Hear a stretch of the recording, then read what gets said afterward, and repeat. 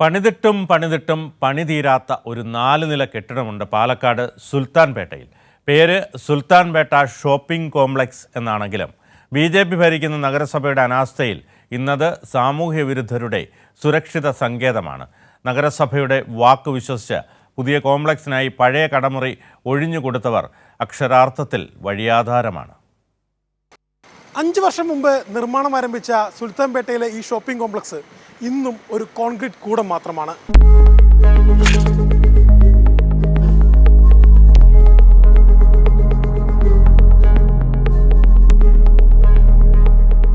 കാലപ്പഴക്കം ചെന്ന കെട്ടിടം പൊളിച്ചുമാറ്റി 2019 ഷോപ്പിംഗ് മാൾ നിർമ്മാണം ആരംഭിച്ചത്.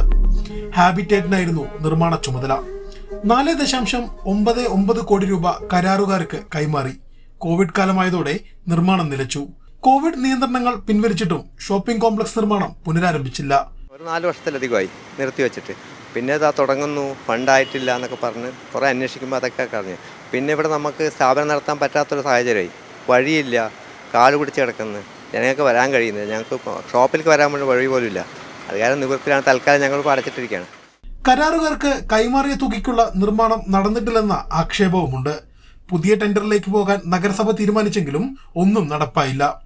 പതിറ്റാണ്ടുകളായി കച്ചവടം നടത്തിയവർ പോലും നഗരസഭയുടെ വാക്ക് വിശ്വസിച്ച് ഇറങ്ങിക്കൊടുത്തിട്ടുണ്ട്. 32 വർഷമായി ഞങ്ങൾക്ക് ഈ ഫണ്ട് കാണുന്ന 5 ഷോപ്പ് പക്കെ ഒന്നുമില്ലാതിരിക്കുക. 6 മാസം കൊണ്ട് പണി തീർത്ത് തരാമെന്ന് പറഞ്ഞ ശേഷമാണ് ഞങ്ങളത് സമ്മതിച്ചു കൊടുത്തത്. കൂടാതെ അവർ ആദ്യം പറഞ്ഞത് എന്താ വെച്ചാൽ നഗരസഭ ചെയർപേഴ്സൺ അവർ പറഞ്ഞത് ഞങ്ങൾക്ക് വേറെ താൽക്കാലികമായി ഷെഡ് കെട്ടിത്തരാം, അതിനുശേഷം നിങ്ങൾ മാറിയാൻ പറ്റുന്ന ആദ്യം പറഞ്ഞു. തെരഞ്ഞെടുപ്പ് അടുത്തപ്പോൾ കെട്ടിടം നിൽക്കുന്ന സ്ഥലത്തെ പുല്ല് വെട്ടിയത് മാത്രമാണ് നഗരസഭ അടുത്ത കാലത്തായി ഇവിടെ ചെയ്ത ഏക പ്രവൃത്തി. BJP ഭരിക്കുന്ന പാലക്കാട് നഗരസഭയുടെ അനാസ്ഥയുടെ മറ്റൊരു ഉദാഹരണമാണ് പണി തീരാത്ത ഈ ഷോപ്പിംഗ് കോംപ്ലക്സ്. ഷൈജു പിലാത്രയ്ക്കൊപ്പം ശരത് ഓങ്ങല്ലൂർ.